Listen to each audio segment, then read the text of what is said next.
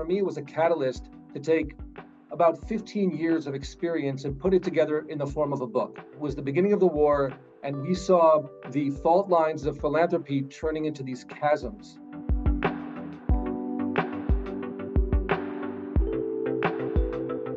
Okay, thank you everybody for joining today. It's great to have with us Avi Zimmerman. Avi's going to tell us a little bit about himself, but he right now currently is the CEO of the Israel-based Sector 4 Strategy LTB, which is an advisory firm, which we'll hear all about. Funny enough, I originally met Avi, I don't know, I guess we're guessing it's around 2009 or 10 when he had a position with the mayor of the city of Ariel. And since then, he's really done a lot of interesting things. So we're excited to hear about it. So please, Avi, tell us a little bit of background. And then obviously, we're excited to get into everything that you're working on now today as well. Well, thank you, Daniel. Yeah, it's been some time. Great to reconnect. And indeed, back then, from 2009 to 2019, I ran the Ariel Foundation. I was working very closely with then Ron Nachman, then the mayor of Ariel, the late mayor of Ariel. Since then, there's been another mayor and yet another. And so for a little more than a decade, I was supporting the city kind of on both ends of philanthropy, both the resource development and then the deployment of capital for different city projects. That was a wealth of opportunity in terms of experience. Towards the tail end of that, I set up the Judea and Samaria Chamber of Commerce and Industry.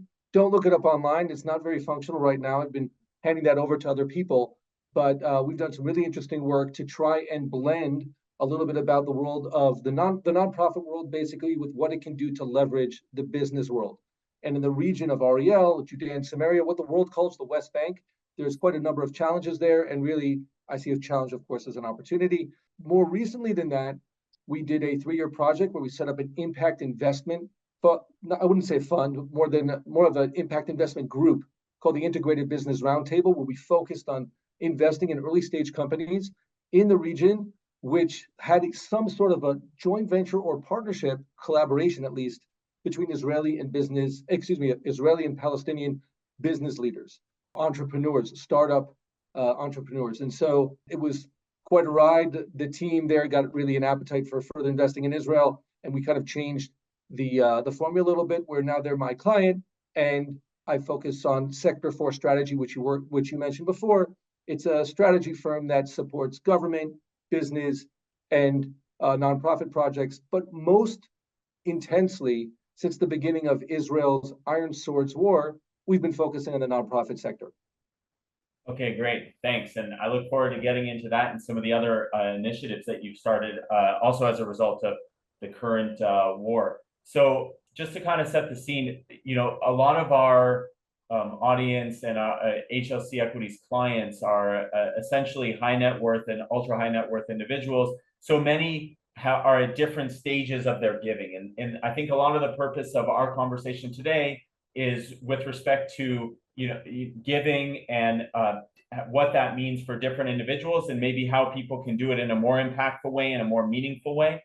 So we have folks who some have large family offices that have set up foundations with employees under the foundation, and a lot of that is very institutionalized, so that that they may give millions of dollars a year. And then we also have just kind of some private donors, some who are more substantial in terms of their giving, and some who may just be on their way. I mean, some people that invest with us have recently had an exit, and it's the first time that they're seeing some sort of means that they can also give with.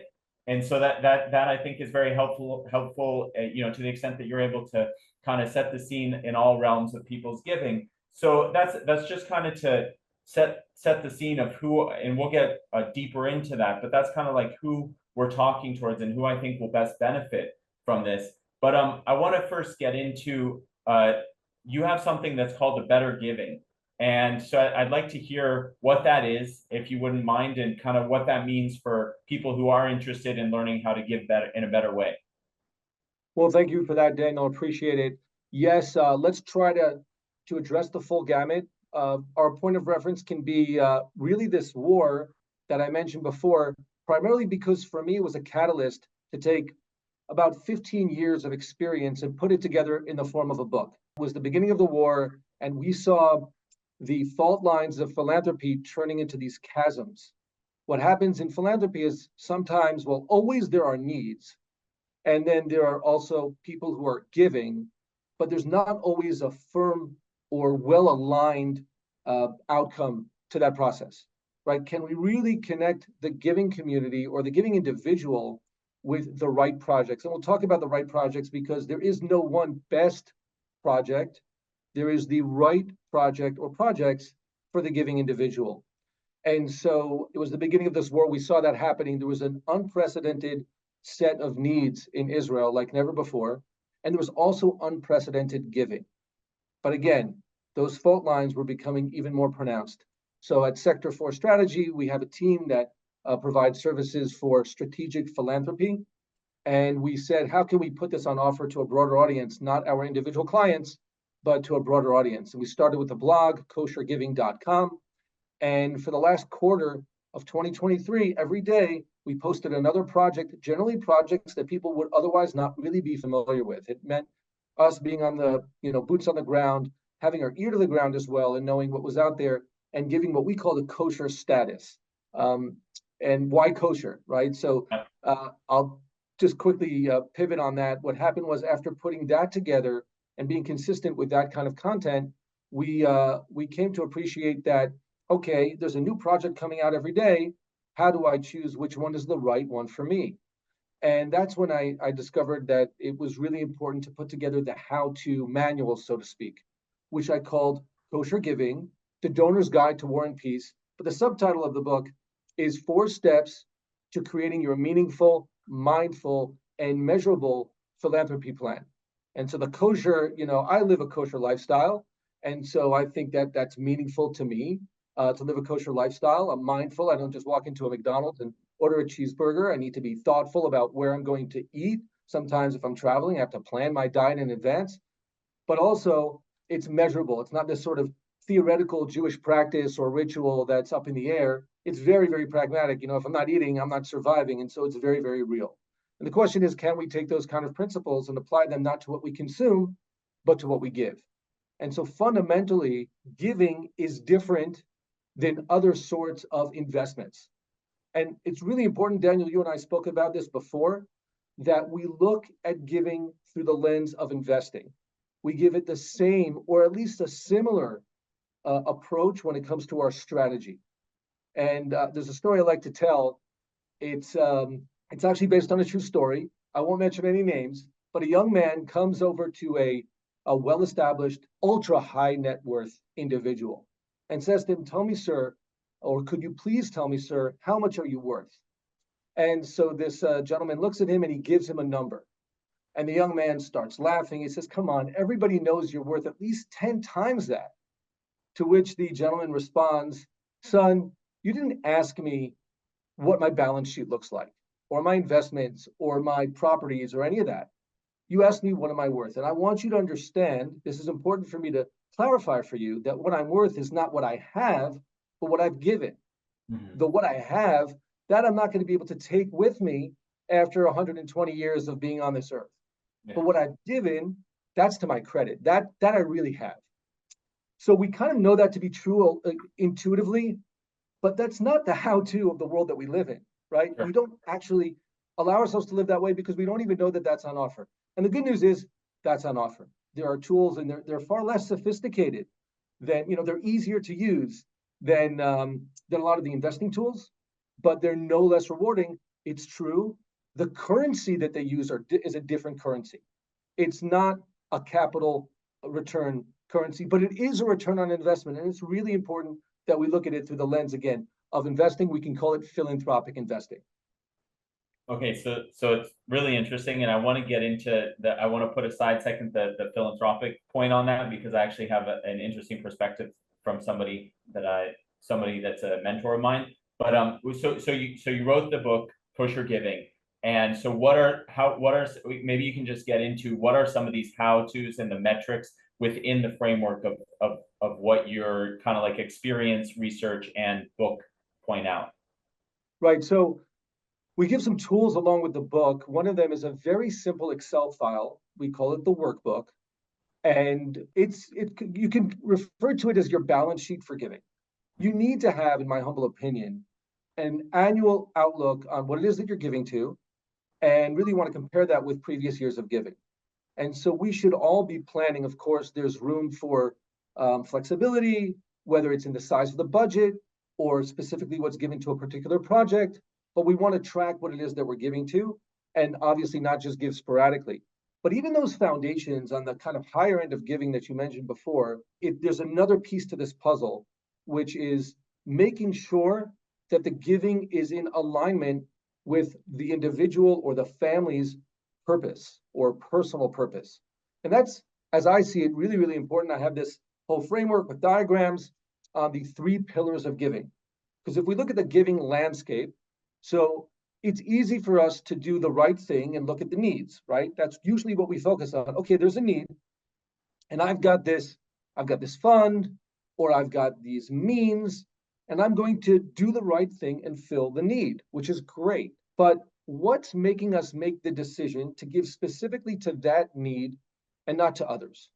Mm-hmm. And so oftentimes we neglect the first step of this process of giving, which is actually, this is not egotistical at all, it's me. Because I have these means, and I have my life experiences, and I have my values, and I have my interests, and it is appropriate. It is not something I need to apologize for. It is appropriate for me to advance those values and interests in my giving. Now, my value might just be help the guy who needs a helping hand. Great. And so that's a value. But sometimes there are other things or projects that I want to advance. And so that's where I mentioned before that fundamentally, I don't believe that there's a best project.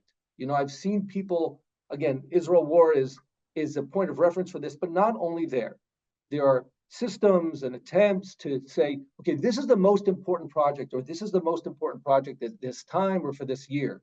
And I fundamentally don't believe that that's true, because I can guarantee you that everyone who has a need believes that their need is the most important. Sure. So if we look at the needs end of the spectrum, so they're all the most important. And so the other end of the spectrum, the purpose, the individual's purpose, is something that needs to be further developed. There's another piece, I mentioned there's 3 pillars. The in-between pillar is actually a community of different agents. I call them impact agents. And that's, there's basically look at it as a giving chain, where you've got a funding vehicle. It could be a foundation, it could be a nonprofit. There's a vehicle there. There's a program operator that's a little bit more downstream, where you're seeing to it that the money goes to the purpose. It could be a handout to a beneficiary, or it could be a program that's activated. And then there's the fiduciary, which is kind of all the way across the spectrum. And that's relevant to all pieces, but you want to make sure that this is being done the right way. And those impact agents are in between the mix. And sometimes we will actually make a decision based upon the people who we trust most. I just had a meeting with a gentleman in my neighborhood. He's raising some funds for a school. And he mentioned that his father-in-law was volunteered by their cousin. This gentleman lives here in Israel. And his cousin in the United States really wanted to support, again, the current war here. And has him running around getting security equipment for different communities across Israel, which is obviously, extremely important and very significant. But it's gotten to the point where it's about $1.5 million worth of security equipment. And I think the question is kind of being asked, is this individual well equipped to make all of those decisions? He clearly, there's sometimes concern that the impact agents might be, maybe there's a little too much, let's call it fluff in there, okay? And maybe the money's not going exactly to the project, but when you get to a certain degree of capacity, the question is, what can you do without the professionals? And so that's a question that needs to be asked and addressed, but trust is an important part of this entire giving landscape or giving chain. Okay, great. So there's a lot in there, and I want to unpack it, especially some of like the tactical steps that can be taken. I know that they're beyond the 3 pillars. There's more that you will elaborate on, and also I want to hear some stories on that. But I'm interested to get your point of view of what I mentioned before. So a mentor, will remain nameless, a former executive who ran a public company, and he is of the Jewish faith, and he basically does not like to use the terms philanthropy and charity, from the basic idea that those come from English, the English in Greek, I guess in the Latin form, that's based off of impulsiveness from the individual. I mean, philanthropy, that's like, it comes from the impulsive desire for man to help, whereas he thinks that the term that he prefers to use is the Hebrew word tzedakah, because it comes from the place of justice and also from a place of obligation. So, if I impulsively just give because I feel, and this goes into what you were talking about, right? Like, there's a war, everybody wants to help in some way, right? Like, so, okay, well, how do I help? I go out, I see there's this need, and I just impulsively give, versus, like maybe a just way and an obligatory way to give as well. So I'm curious if you've come across that and what your thoughts are on that kind of approach. Yeah, I love that. There were two versions to my book. The first version, this was a really fast book project. I wanted to have it done in a couple of months and just get it out there because of the urgency of the war. But I've never written a book before. And so when I worked with my editor, version A of the book was actually taking this kosher concept and, if you will, Torah principles about giving. And the second half of the book was the how-to. And she said, listen, trash the first half of the book. Don't trash it completely. You can incorporate it in the second half of the book, but just write a how-to, because otherwise you're not going to get anybody past the first half into the second half. So she knows best. I listened. And so this is one of the pieces that I didn't actually get into as deeply, but I do reference in the book this concept. I love what this mentor of yours said, because yes, I do agree that tzedakah is different. I think this idea of philanthropy, of loving people, that's the needs end of the spectrum, right? That's, I give because there's a need. But am I giving well? Am I giving strategically? And if I look at things through a justice, righteousness perspective, well, I'm on a completely different playing field for the reasons that we mentioned before. Actually, the first time that term tzedakah appears in the book of Genesis, it's not the first time, it's the second time, but the first time in the context of giving is really interesting. God says there's this whole kind of epic conversation between God and Abraham. Right. And God is about to destroy Sodom and Gomorrah. Okay. And he's looking out, and Abraham's like, no, you can't do it, and save the city because of the righteous people. And that word righteousness keeps repeating itself. Without going to a full analysis, or even a somewhat full analysis, God says to us, the reader, right, in the scripture, he says, can I conceal from Abraham what I'm about to do? Because Abraham is going to, I'm trying to loosely translate in my head into English, Abraham is going to direct his generations after him to follow the word of God, to do righteousness and justice. Yeah. And so what's really interesting is he knows who Abraham is. He knows that Abraham is going to do justice. He's going to fight for these people, whether they deserve it or not. And I think the point is, some people ask themselves, well, why should I give? I think most people, I'm sure the people in your community, Daniel, they're not asking themselves, why should I give? They give because that's how they're wired. The question is less why. We know that we give. It's just part of who we are. The question is, how are we going to go about doing that? So yes, I totally agree. And righteousness is a key point there. And if we had more time, I'd love to go into a deeper analysis of that little passage. No, 100%. Just interestingly, as a side note, from a business standpoint, so this individual ran a public company and insisted that their social programs be not run through a philanthropic arm, but rather through their own business balance sheet, so that it had the burden of an investment that had to create a return. So just an interesting, I love that. an interesting. For what it's worth, Daniel, on that point, just my Sector 4 strategy firm, this concept of the fourth sector is where government, business, and nonprofit, not where they align, but where they converge and synergize. So where the whole is greater than the sum of its parts. And this whole idea of corporate social responsibility in a budget is, it's an interesting world. Some CSR budgets are going to be there now just to keep, especially young employees, retained, because younger employees want to go into the workforce knowing that the business that they work for is doing important work and not, quote unquote, just in the business of making money. I would personally argue that just the business of making money is also doing good things for the world, because no one's going to pay you if you're not providing a valuable service. So I actually take a little bit of a broader view, but that younger group, they're going to come in for that reason. And sometimes it's for, if you will, public image, et cetera, et cetera. But personally, I don't care what the reason for the CSR budget is there. I think as long as it's there, and yes, having people in the corporation who are taking care of the fact that this money is spent well and stewarded properly is a significant service. So going deeper on that, we kind of have established that in a lot of, like from a business standpoint, the how that you talk about in the book is really strategy. So can you give like deeper or some examples from your work of, like ways in which business people can incorporate, or investors, we have a group of investors, business people or investors can incorporate kind of the idea of giving within their business strategy that you've seen? Are there any examples of that you can? So that means actually peering a little bit under the hood, and that is on an individual basis. I think if we just take the point of reference that you used from the beginning, let's say you take that the person with their first exit, and so they've incurred significant capital, and they have to figure out what to do with it, oftentimes on a short-term basis, especially when it comes to taxes.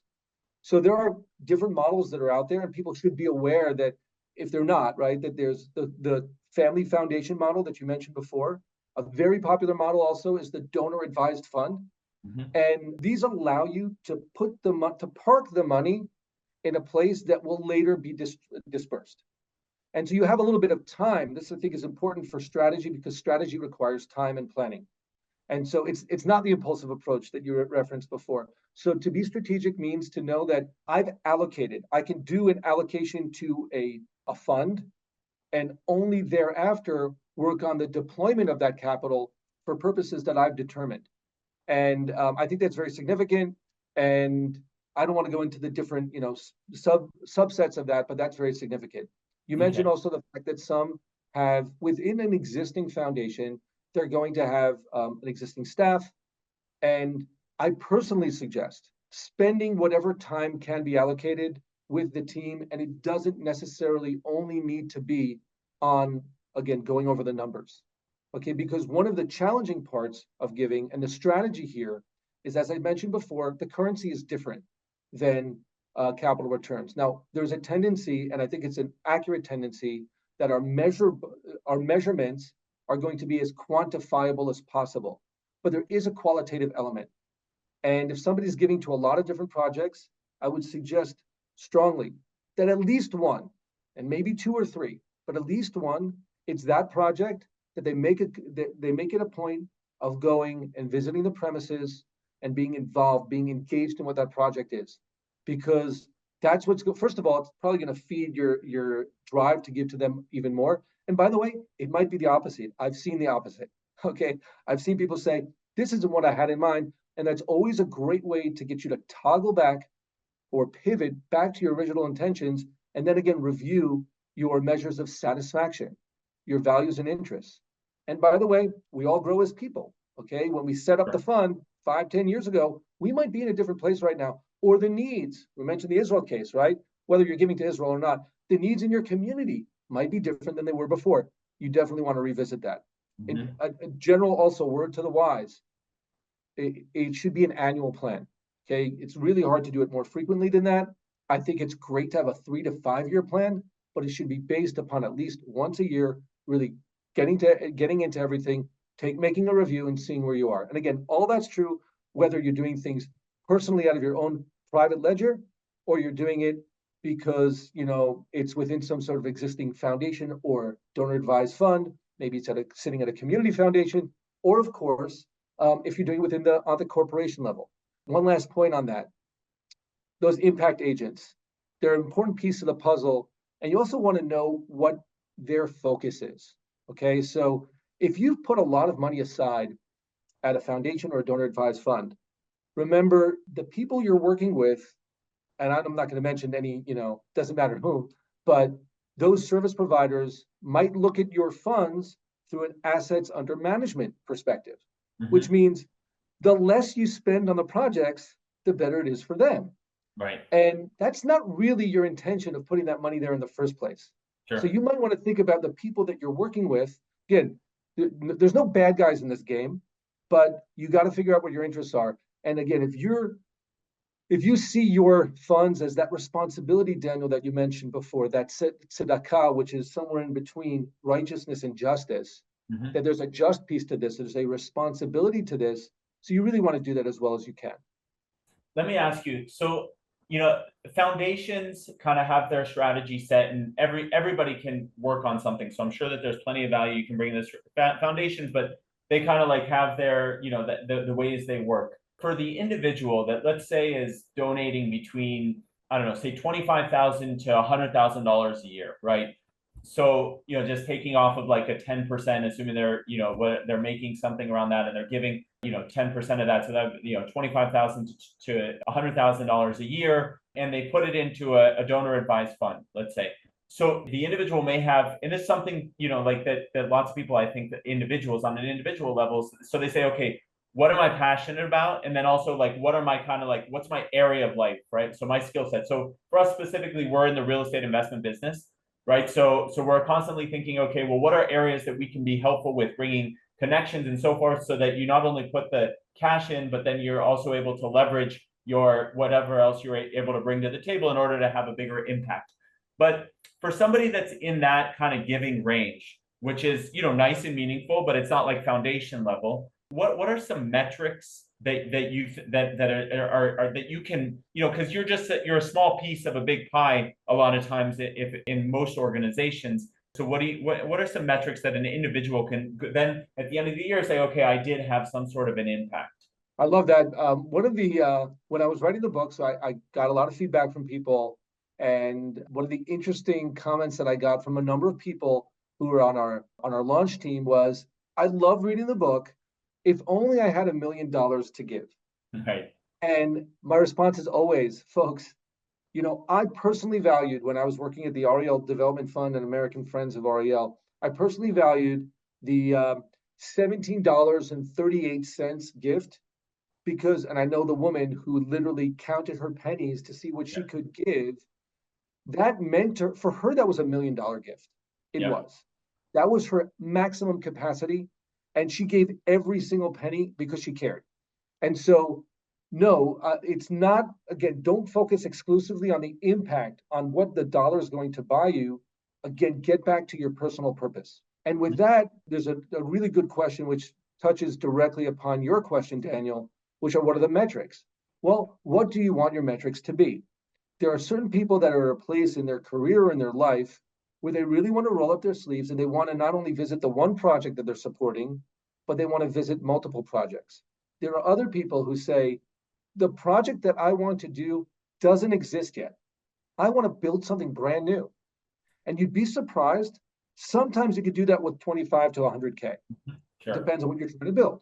Okay. Right. But there are things that you can build that way. And it really, purpose is not just what are my kind of goals or objectives, but it's what makes me tick. What's going to make me excited about this giving? And if I'm going to be excited about being the one to do the thing that no one else is doing, so go for it. One of the things about why we give is very interesting. We often give to where our friends are giving. Yeah. Now, sometimes, let's be honest with ourselves, sometimes it's just a way of doing business, right? Here's an ad journal. I'm being honored at the dinner. Can you take out an ad? Of course, I'll take out an ad. You're my friend, and not a problem.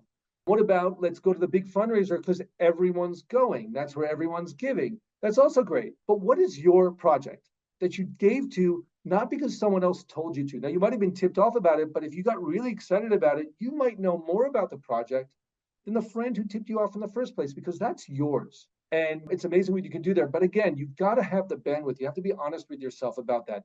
Don't not give because you don't have the ability to give that kind of attention to the project. But start by giving, obviously something, but always try to find the thing that's going to be uniquely yours. The sort of thing that when you go to bed at night and you say, you know what, I feel a little bit better myself because I know that I'm giving to fill in the blank. Yeah, that's interesting. So you hit on a lot of interesting points. So one thing, so going back to what we were talking about before with the philanthropy, charity, and tzedakah, or the Hebrew word for that doesn't, it's the Hebrew word for charity, but it actually has a different meaning. So the same mentor kind of gives the example that, like it is actually all about like tithing, right? And so this goes back into the $17 donor that you were talking about, where, you know, it's the farmer who doesn't have a ton to give, but gives anyways. So thinking on those terms is really interesting and really kind of points to the obligation as opposed to just, you know, the feel good part of it, which is really interesting. Daniel, can I jump in on that for a second real quickly? Please. Yeah, there's a huge advantage to the tithe bucket, if you will, right? Because you know that it's there. It's the DAF, it's the foundation, it's whatever tool you put it aside, you know it's there. But the danger there is that we look at it as kind of petty cash, as not the same sort of degree of intensity or responsibility as we discussed at the beginning of this conversation, right? And so tithing should not feel like monopoly money. It's not like, Right. oh, okay, that's that budget and whatever, you know, try and again, at least some of it, ideally a significant sum of that sum that's been allocated is to take it to the next level. Yeah, no, I very helpful. I appreciate that. Let me ask you, do you have any other thoughts, just given that we're in a forum with, you know, other real estate, whether it's owners and operators or also just investors, but people in general that are invested in real estate. So any thoughts in terms of other things that you've seen where, you know, maybe real estate investors can be most impactful, or, you know, in terms of their giving? Yeah, first of all, I love what you said also before about what you do at HLC Equity. I think, and this kind of could touch upon a CSR budget, but not necessarily. There are multiple ways of giving, right? It's not always going to be in the form of money. It could be in terms of time, and it could be in terms of talents, or it could be a staff that's allocated to a particular project. That would really, really depend on the kind of work that people are doing, and of course, how big a staff they have and how engaged that staff is, or again, as an individual. But I can only imagine that when, you know, especially with real estate, the issue of housing affordability and, you know, different kinds of populations and their capabilities, you could choose either through, and this is theoretical right now, I've not done this in any Sure. consulting work, I want to be very clear about this, but theoretically, you could create some sort of a model where there's benefit to the people who are receiving some sort of a discount or otherwise. I know that there are entire neighborhoods here in Israel, sometimes built specifically for the ultra-Orthodox community. That's not something I've been involved in, but they'll give discounts.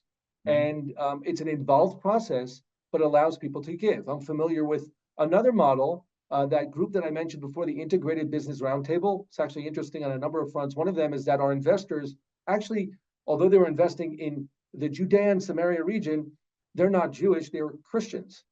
And for them, this is also a proof of concept that Christians can find ways to invest effectively in Israel. And through that network, I became familiar with some other folks that are developing an investment model, which is it's a real estate investment model for Christians who want to invest, not to buy homes in Israel, but to invest in Israeli real estate.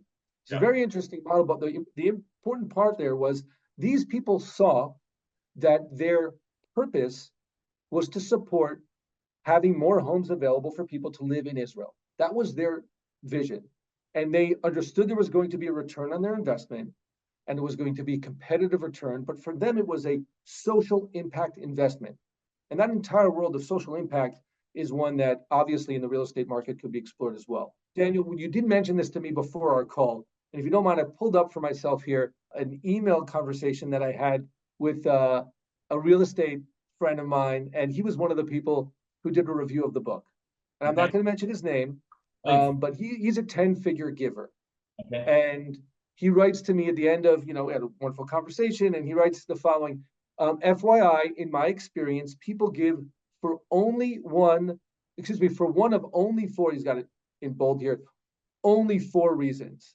Yeah, so he writes to me that there are 4 reasons that people give, as you mentioned, Daniel. 1, because they were asked. 2, to honor someone. 3, because they believe in the cause. And 4, because it is the right thing to do, exclamation point. I then ask him, of course, well, are those the 4 best approaches to real estate investment? You know, well, how do you go about your investment? So he writes to me the following. 1, it depends on what business you're referring to. In real estate, if you reinvest the profits, there is no tax, so that alone is an incentive to do another deal. 2, otherwise, the main incentive is to go into business, is to make money. So a buyer of a business should be able to see a different way to make more money than the seller made. 3, it's a good deal, cheap in the eyes of the buyer. And 4, it complements one's business. So adding the new business adds value. Like one airline buying out another removes duplicate overhead. Or like Amazon buying a trucking company to deliver Amazon boxes.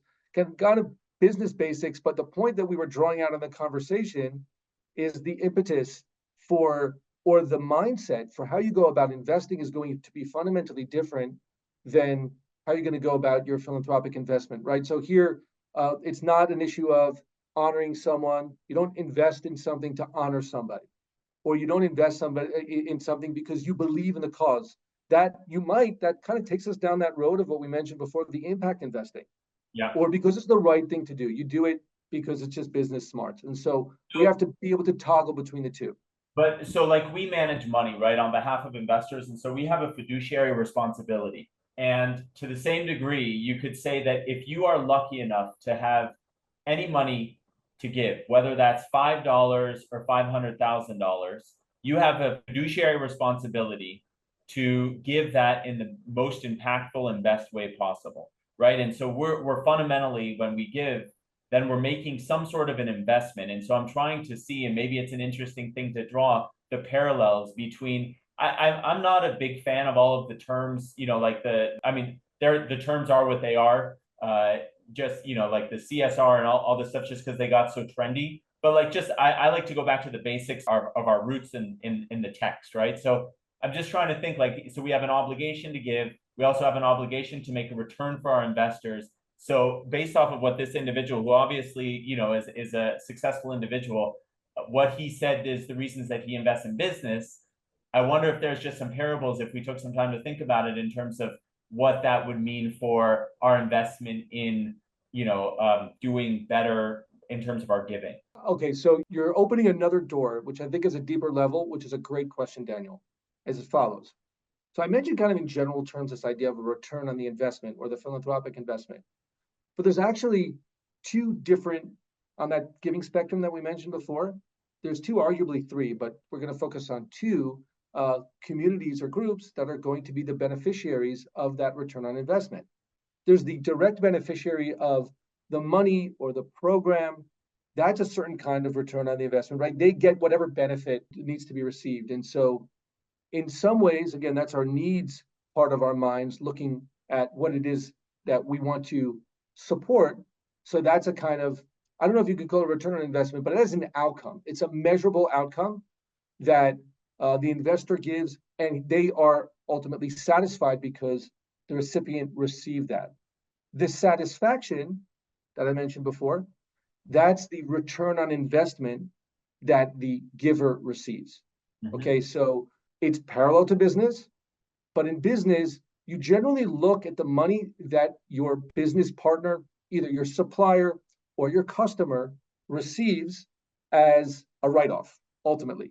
That was something I gave away. I don't get any benefit from the fact that that money is in their coffers. Okay. I get the benefit from what I got in exchange. But again, with philanthropy or tzedakah, it's a little bit different. I actually enjoy the fact that the beneficiary is making use of that money. And so there's, and therein, by the way, is my return on investment. It's my satisfaction. Okay, so it is a somewhat different model, but it's parallel in terms of, if you look at things in terms of the exchange. I think one of the key pieces also is what I mentioned before. This is the third piece. I mentioned those impact agents or the trust piece. In business, right, you do a deal with somebody. If it goes south, you're not doing another deal with that guy. Mm-hmm. If it goes well, you want to work with them again. And I think we should be looking at our impact agents in the same way. Okay, usually they're an afterthought.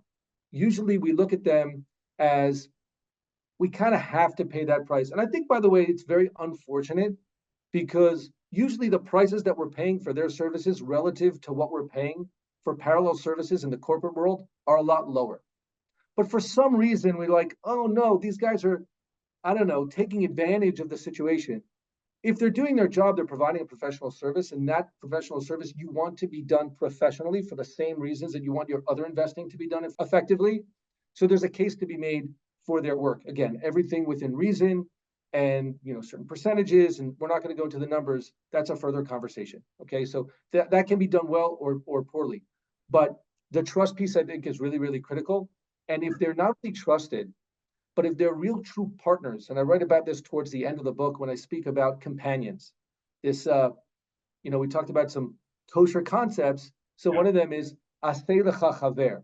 The tractate of the Book of Our Fathers talks about you should make for yourself a Rav, could be a rabbi or an authority, but you should purchase for yourself a companion. Why would you purchase a companion? If I have a friend, I don't have to pay them to be my friend. They should just be my friend. But a real companion is someone you're going to invest in because it's someone you're going to want to invest in again. Okay, that kind of relationship where you see that there's a real collaboration, there's a real understanding, a meeting of minds, oftentimes a meeting of values. Again, it could be an organization or an individual that is supporting your philanthropic work, something you really want to look at, and that's true for business and it's true for philanthropic investments as well.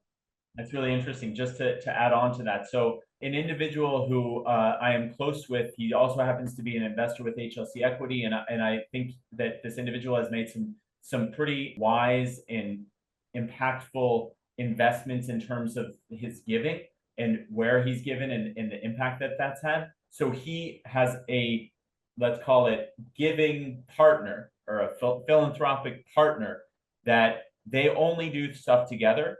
And it kind of shows like what you said in terms of making sure that you have a companion, also not only the people that you're giving towards, whether that's an organization, but giving with that individual, because I feel like it's kind of like, like call it chavruta or a learning partner, right? Where they know that they're kind of like doing something together. And so just like you would have a business partner that you're going in 50-50 on a deal with, they do the same type of thing. And I think that helps to amplify, both in terms of reinforcing that they're doing the right thing and that they're on target. And I just, when I saw that, it really opened my eyes to something really interesting. We're going to wrap up in a second, but I just want to ask, are there any other actionable items that you think that our crowd should take with them today, given our overall conversation? Yeah, well, absolutely. First of all, just start to step up your game. Now you may be in a position where you've already got your whole giving apparatus put together. So there's always room to be more intentional and more purposeful about that. That's what we mentioned before. Another thing, what happens if you haven't set it up yet? Or you're kind of, giving sporadically? If you don't have a balance sheet of your giving, you're not tracking that, just use some really, really simple tools.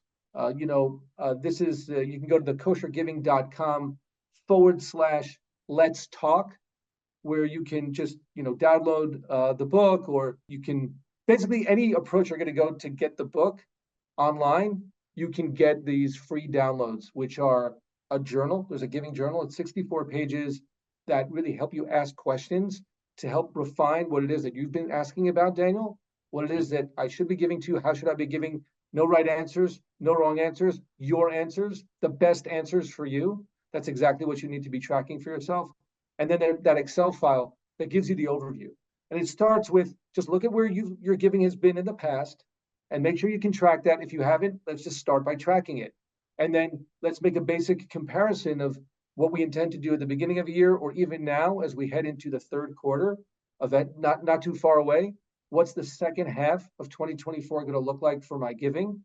And kind of pave the way for what you'll do at the last quarter of 2024 when you're putting together or putting aside those last gifts, tax considerations, et cetera, at the year-end giving, and looking towards, again, what 2025 might look like. And so it's either in the numbers, the quantity, or the quality. These are two sides to the same exact coin when it comes to giving. And just start up that operation and you'll get there.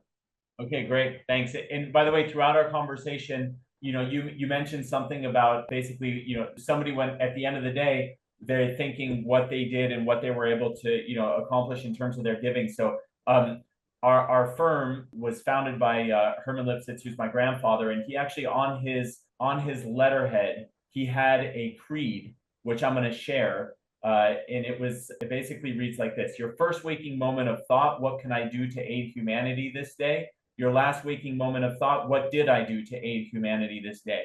So I think that kind of plays into everything that we've discussed and summarizes a lot of it. And Avi, if somebody wants to reach out to you directly and get in touch with you, interested in hearing more, learning more, how should they go about that? Well, thank you for that, Daniel. Again, you can go to koshergiving.com or koshergiving.com/book or /let's talk. I'm happy to, support people in this journey of theirs, whatever stage they might be at. We also have a team that can provide some additional support. And otherwise, just pick up a book, start reading through it, see what might work for you. There's enough tools in there to really get you started and along on your journey. Okay, great. Avi, thanks a lot. Thank you for Thank you, joining us. Daniel.